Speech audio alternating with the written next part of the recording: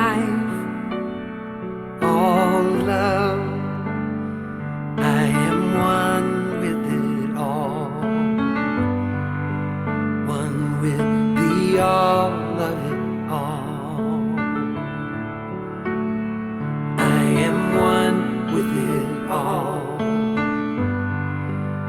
one with the all of it all.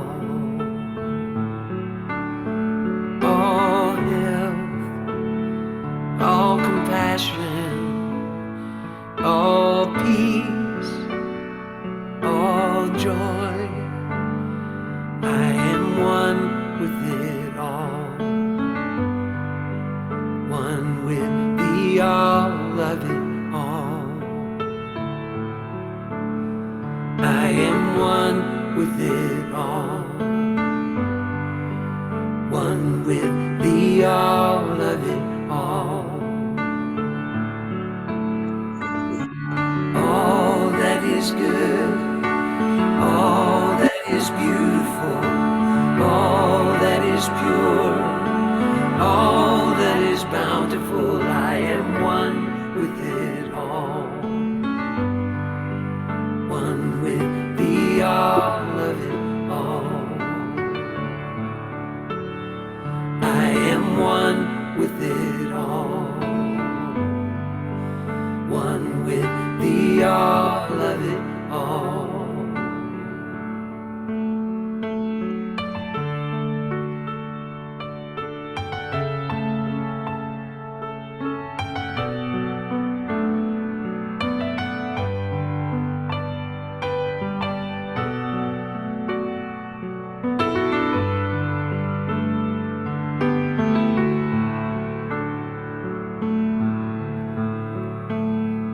All things, all people, all life, all love.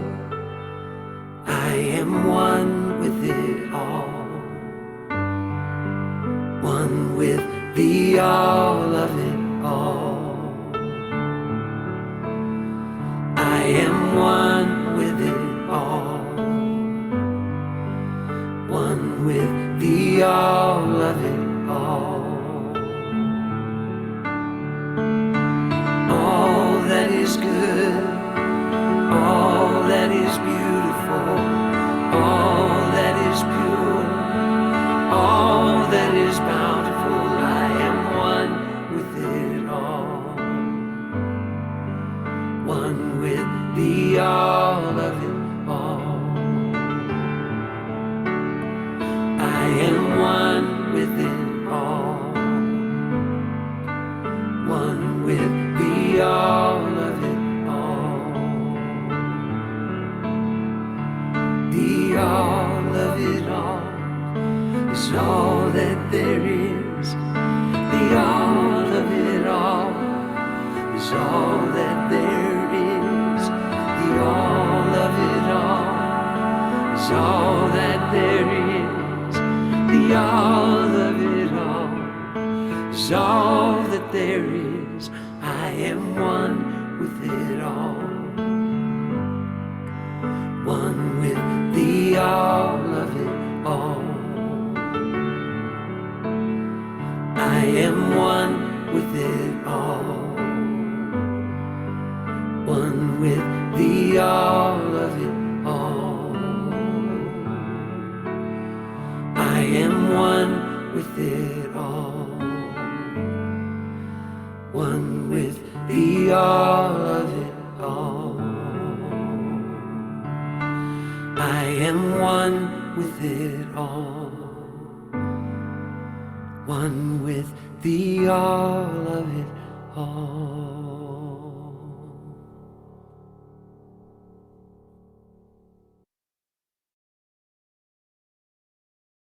Friends, my name is Eddie Cash Dudley, and I'm a member of the Board of Trustees here at the Center for Spiritual Living, West Hawaii. In the spirit of aloha, I welcome you to our Sunday celebration. I just listened to many hours of Ernest Holmes on YouTube, and he started every presentation with the word friends. We consider you friends today. As we open our service, we acknowledge that in West Hawaii, we honor the rich and ancient heritage of Kanaka Maoli, the native people of Hawaii. We honor all communities, their elders, both past and present, as well as future generations. At CSL West Hawaii, we discover the truth of who we are through our center's vision of contributing to an emerging world by supporting humanity's awareness of its spiritual connection. We support this vision through our mission, which is to be a joyfully accepting, serving, and compassionate ohana, focused on a holistic and mindful community growth through spiritual principles and practice. The spiritual truth is that we all belong to each other, and this calls for us to be inclusive, to celebrate and embrace this unique identities, ability, status, age, ethnicity, gender identity, national origin, physical characteristics, race, religion, and sexual orientation. I invite you now to set an intention for this week. Take a deep breath. Allow yourself to sink into the feeling of that intention right now as you open to receive Spirit's guidance throughout our time together. As our founder, Dr. Ernest Holmes, taught, in principle, the great religions of the world do not differ as much as they appear to. That is why we take time each week to recognize and honor a variety of religions as sacred paths to God. I now invite you to lead us in our lighting of the candles of faith. Tina?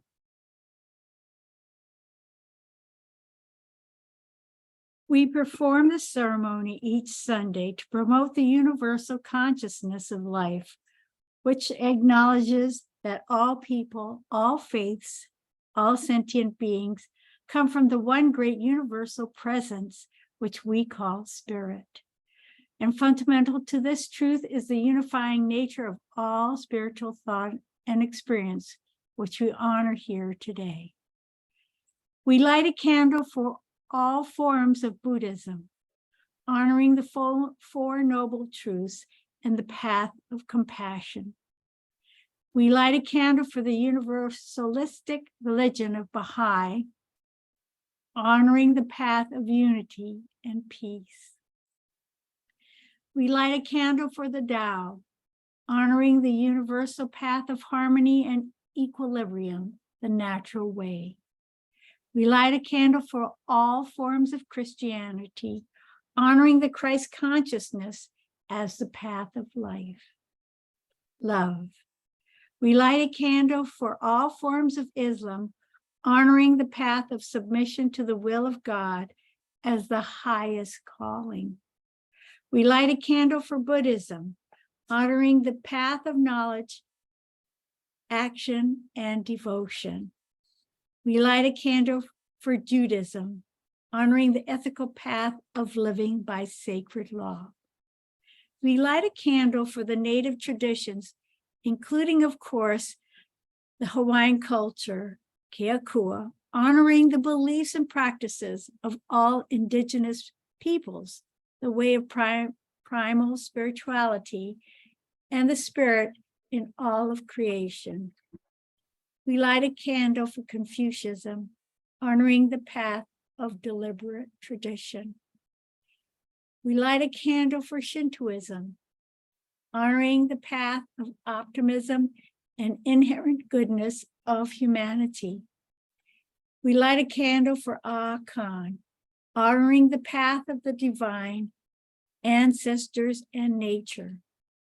We light a candle for the science of mind, honoring the path of adherence to the universal spiritual law and transformation through the commitment to our spiritual practices. We light all these candles for all forms of new thought, honoring the metaphysical path of mental healing through the practice of our universal spiritual practices.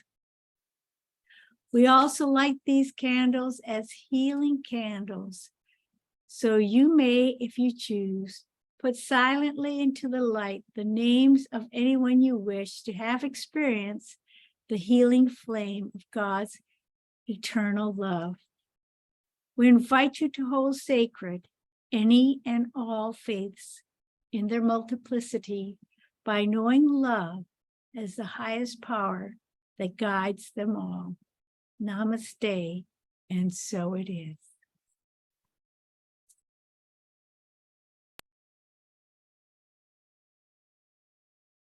Thank you, Tina, for leading us in the lighting of the flames of faith.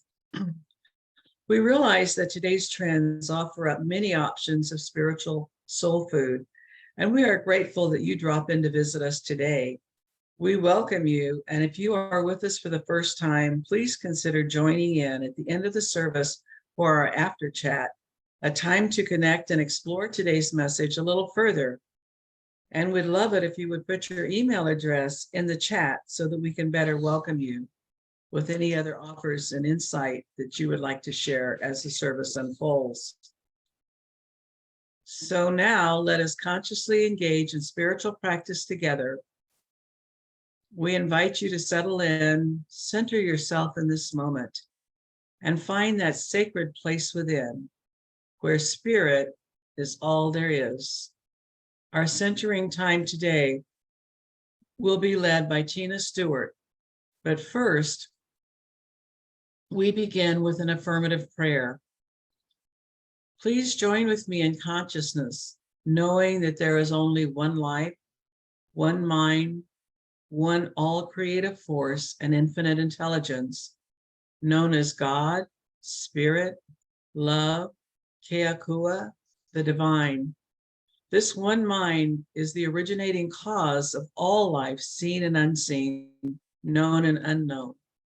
It is the substance from which I am, the energy that moves me, sustains me, and nurtures me into greater expansion of expression, so it may know through experience the fullness of itself. I speak my word for the part of me in the universe known as the multiple expressions within humanity. As I contemplate my place within this universe, I remember that God is ultimately energy and motion. It is with this knowing that I recognize that nothing outside of me has any power over me, except that which I give it. I fully embrace that the cosmic spiritual principles which govern the unseen infinite intelligence are operating in my life now, as they are through all circumstance, and therefore I confidently affirm that I am never alone and can trust that we are always guided to perfect self-expression. I balance my being and allow it to guide my doing, enjoying the ease and flow of how life is showing up for me. I allow the pull of my vision to be the energy that inspires, excites, and drives me forward as I remain aware to ensure that my values are infused in my priorities with deep appreciation for the allness of God as the one life inspired by love, operating through the law of its being to reveal its truth. I release anything obstructing me from cultivating acceptance and passion for the presence of Keakua as me here and now. This is my forever purpose, to grow my passion and inner harmony towards an expanded experience of life. And so it is. Tina? So today I was looking through my bookcase and happened upon one of my favorite books, Change We Must. It is by Nana Very. And there were two things that I was contemplating on. One was affirmations, and the other was a message that she talked about with Ernest Holmes. And it's on page 78 if you do have the book. So I wish you to contemplate on this and think about this as we go into our centering time. Ernest Holmes said, I wish to impress upon you your nearness to this universal consciousness. Many people feel so far away from God, and when they think of deity at all, they think of it as being somewhere off in space. But God is difficult to reach only because you make it so with your wrong conceptions of your separateness from Him. You should take the great consciousness into every part and act of life. Whisper to it in the darkness of the night, and it will hear you and answer you. See it in the darkness of the night, and it will hear and answer you. See it in the mental picture of golden yellow light, and it will fill your body with its uplifting vibrations. Depend upon it instead of persons, and things will bring you what you need, and your demands will never fail to be met. Take a moment or two to contemplate on these words from Ernest Holmes.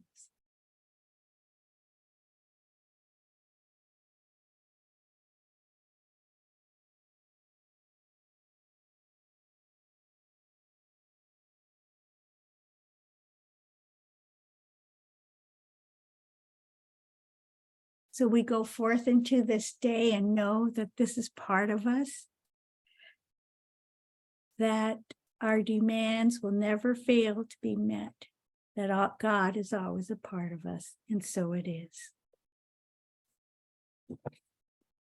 Thank you, Tina, for that beautiful time of spiritual practice. Would you like to have more of that sacred spiritual connection? Our minister is here to support you in learning to live from this place.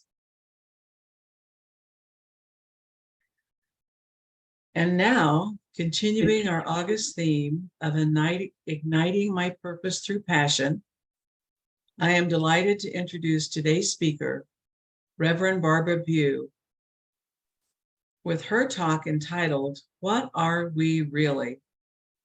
Reverend Barbara is an active member of the CSL Home Organization, assuming her new posting as the Director of Operations. She served for the past several years as the Director of Licensing and Credentialing, and recently stepped into retirement as Senior Minister of CSL Northern Colorado.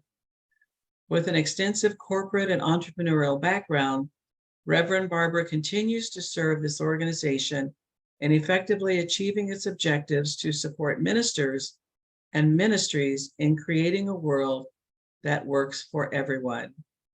Please help me welcome Reverend Barbara. Well, thank you. That was very nice. I never know what to write about myself, so I'm grateful that Nadine wrote that.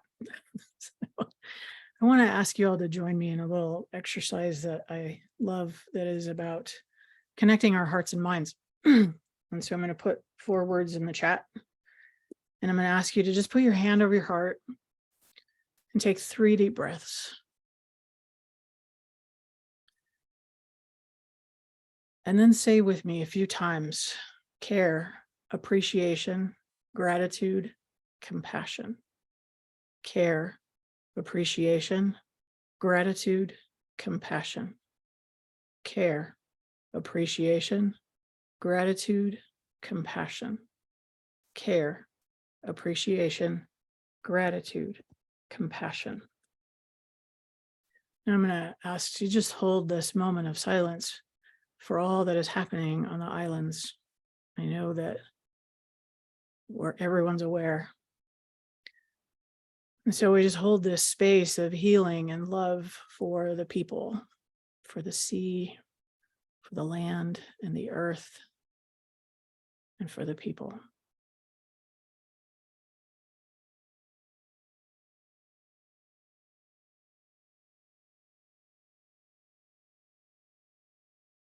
I haven't spent a lot of time in Hawaii, but I have this sense of connection between the islands and the people who have chosen to make Hawaii your home. And I just want to say that my heart, all of our hearts, everyone I know, our hearts are with you, and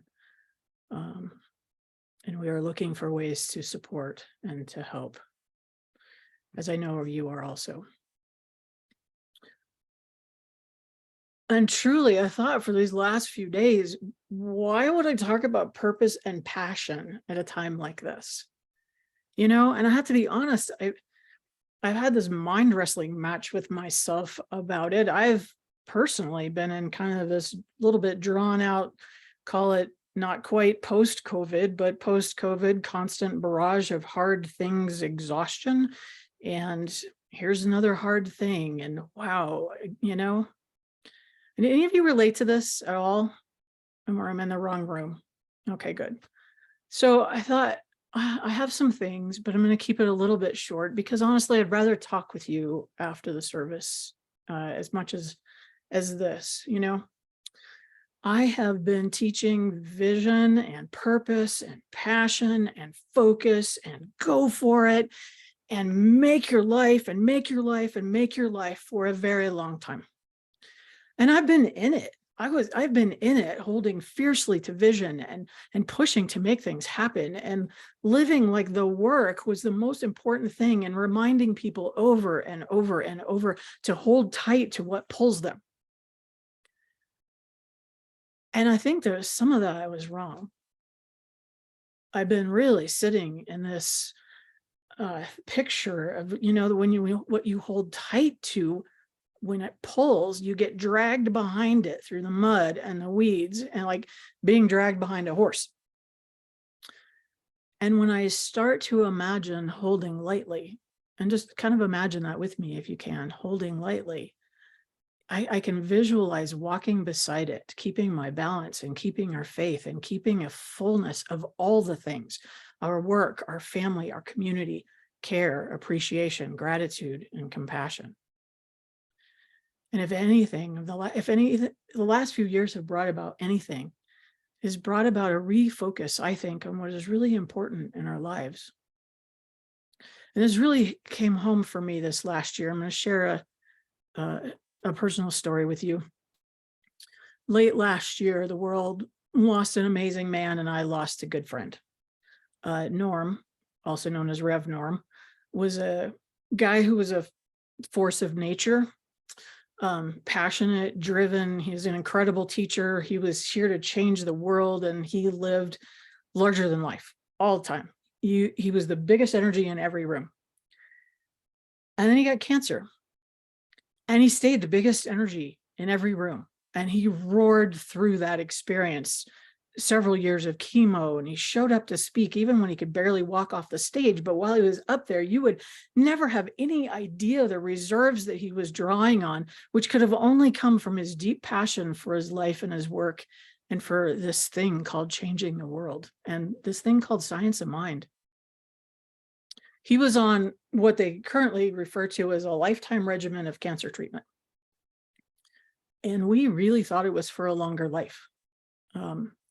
But through a series of things that happened and continue to happen, which don't really matter at all, it kind of came together and brought he and his husband to that day where you get to make that decision of letting go and letting hospice allow you to be comfortable in the last days of your life. Now, several years before that, he had informed me, because that's who he was, he had informed me that I would be doing his memorial, which we had not really talked about, because who talks about that? Because you think you have all this time to talk about that, right? And so in those days prior to his exit, I was able to spend time with him and to ask him questions. And I kept asking him, like, what do you want me to share with people? What do you want me to tell people? How do you know, what do you want? What do you want? What music do you want? What do you want? And he just kept telling me to share who he was through my eyes, until I hit this one question. And I am always reminded that, like, the right question is everything, right? And I mean, this question lit him up, but I think this question was a lot more for me than it was for him. Now, at this point, he was at that place where he's kind of awake for a bit, and then he'd doze off, and then he'd wake up, and we would pick up the conversation. My question was, what are you learning right now in this experience? And he kind of lit up, and he looked at his hands, and he's kind of moving his hands, like you could see this ball of energy in his hands. And like he could see this ball of energy in his hands. And he said, you know, I realize that I only have time for love. He said, I no longer have time for anger or fear or hatred or disappointment. I only have time for joy and for love. And then he dozed off again like he hadn't said anything remarkably profound. And I was privileged then to witness over the next few days as he forgave people who had hurt him, how he offered grace in every situation, how in a time where in his real life he would have been complaining a lot about how uncomfortable he was just happy to be with the people that he loved. And those words will live with me for the rest of my life. And I weigh them out constantly against almost everything that comes up. In fact, my wife had a sign made for our house that lives in our kitchen most of the time, just to remind us. So whatever we're doing, whatever you're doing today, whatever your this thing is, your passion, purpose, thought thing, I guess the question really is, does it bring joy and love, or does it bring stress and heartache? And it's a clarifying question, I think, because if it brings stress and exhaustion, then maybe it's not the pull of vision.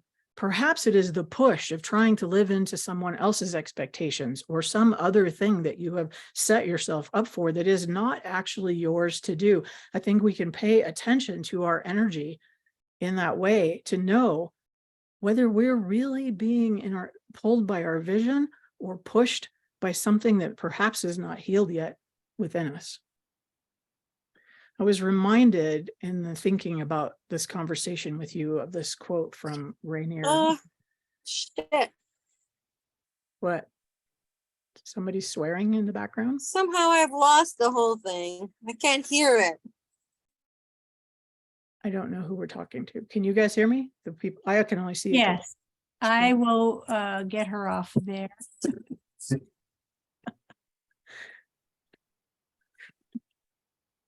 Facebook will Change love the that. direction of the phone to get a bigger picture, and then it was gone.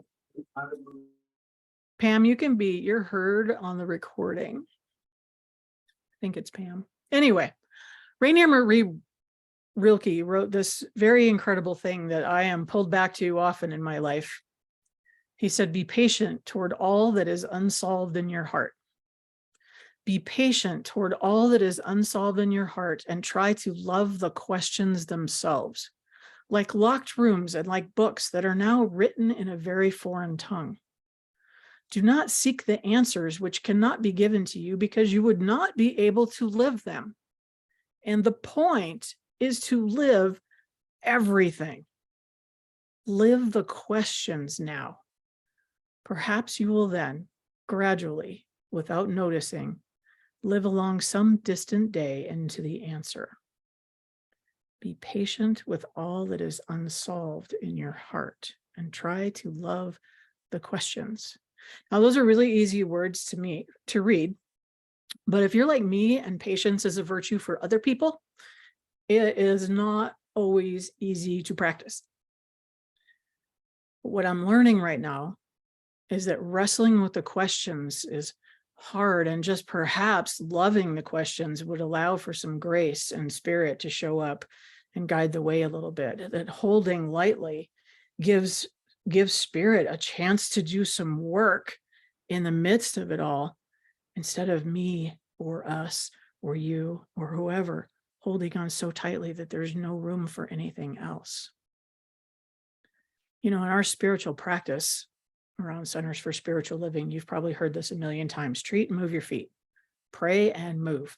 Treat and move your feet, pray and move. And as I age into this wisdom, I have to say that I would now say treat and treat again, and then move with clarity and purpose. But remember to stop every day and reconnect with Source and treat again in a way that allows you to embrace your vision, to hold on to it, hold it in the light, hold it lightly so that you can move with it rather than having it drag you. I imagine in my hands, that ball of energy that I can direct but not force. You know, I don't know about you, but how much of our lives have we spent trying to force and trying to push and trying to get things to form into the form that we want them to form into without allowing them the space and the time and the grace to form into what we're hoping that they form into. We're not even hoping that we want them to form into, but holding in that way that we can learn to direct and let go.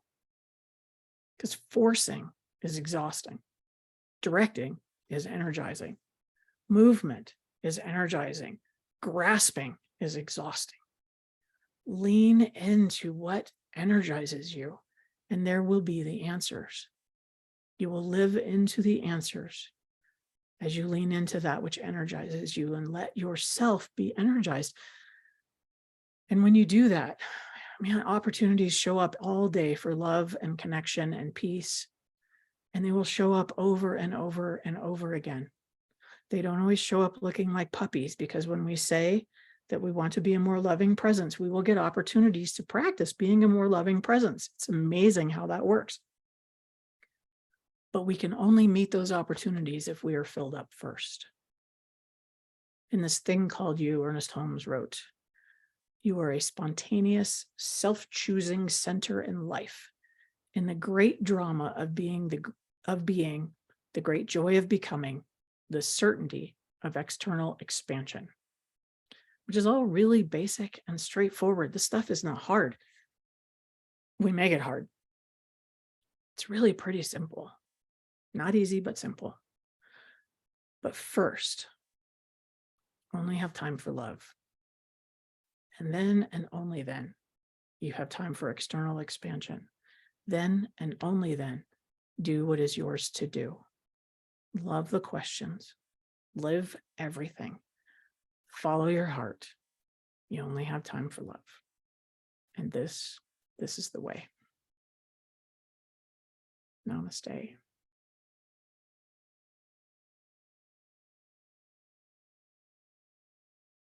Thank you, Reverend Barbara, for your inspiring message. We recognize that all of us should have life plans in place. And Tina and I did the end of life doula training, and it was really emphasized how important it is to have life plans in place. And what I've discovered in doing my life plan is what's important in life, what's important for people to know about me. And I love that. We only have time for love. At the end of the day, that's what it's all about. Thank you for bringing that message to us of hope and responsibility and recognizing who we are in this world. Please join us next Sunday as we come together virtually, continuing this theme with Dr. Reverend Nadine Rogers speaking on to me, by me, through me, and as me.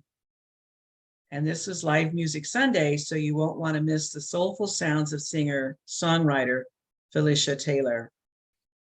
And now it's time for our conscious giving, an opportunity to participate in the law of attraction. We know that we have to receive as well as give. So we invite you to let your divine inner wisdom choose the blessing of joy that calls to you, whether it's one on the screen or something from your higher self. Keep it with you all week long and remember how much you are loved. Wonderful. And now we can complete the law of circulation by giving back. I invite you to invoke the feeling of gratitude through thoughts of infinite possibility right where you are, allowing that to fill you and the space around you. Thank you for all the ways you support this center and the community, whether it be in the form of a donation, your time, or by sharing your positive light out in the world. And now let's speak our prosperity affirmation together. This gift I give is God in action. I give it in love. I give it in joy. I give it in gratitude. I give it knowing that it is given again. And so I graciously give. And so it is. We offer many ways to donate your offering. You can make donations through our website, cslwh.org, or by sending a check to the address on the slide. And thank you for those of you who have mailed in checks this week. We gratefully receive your gifts and tithes. Your support allows us to connect with each other to create a center where we can thrive and learn to contribute to a world that works for everyone. We do have some announcements. And last but not least, there are a variety of ways to connect and engage in the community.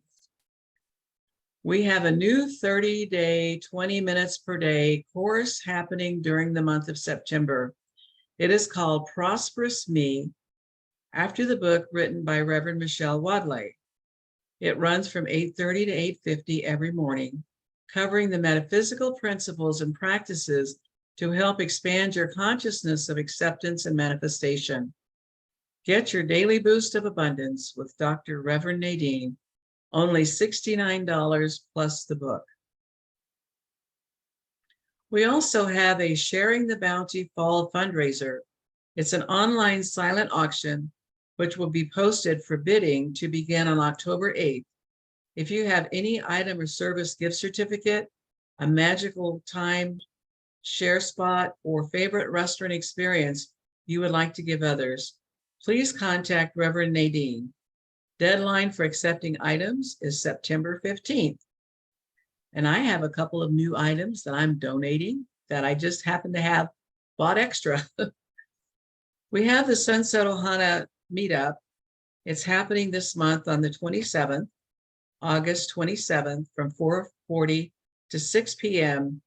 at Spencer Beach Park. Bring some poo-poos and refreshments to share, or come as you are to join in the fun, sharing, and spiritually open conversation. This is a great way to introduce others to CSL West Hawaii community. Don't forget that next week is Live Music Sunday with Miss Felicia Taylor and her soulful music. For those of you, the links to all events and to register can be found on our website calendar at www.cslwh.org, or feel free to email us at cslwh.board@gmail.com.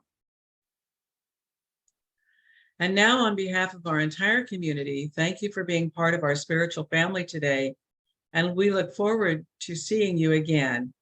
Please stay around for their after chat directly after our closing prayer and the peace song. And now it is my pleasure to introduce once again Reverend Barbara to close our service with an affirmative prayer. Thank you very much. Pray with me. And so in this moment, when I recognize that love is all there is, love is the way, the truth, the light, the path, the thing to follow, the thing to lead. Here's what I know today. I know that as we connect with that, we connect with our breath, we connect with that is larger than ourselves, this thing we call spirit, life, love itself, that we surround this community of Greater Hawaii in all of it. That we know today that from these ashes rises much giving and love and care and compassion for all of the community that has been impacted. That we surround the islands in just peace and shared knowing. I cannot imagine the grief. And I hold a space for it to be lifted up and healed, and for people's hearts to be held gently and quietly and peacefully. That we look as a species what we are doing to our planet, and we know that we can heal it today. That the movement and the actions and the energy and the life that it takes to sustain our lives here shifts and moves through us in ways that allow for the uprising of health and well-being throughout this globe. I know today great love and compassion for all of those who are hurting. I know healing for anyone whose body feels out of alignment with its highest self. I know peace for those who are troubled, and joy for those who seek it.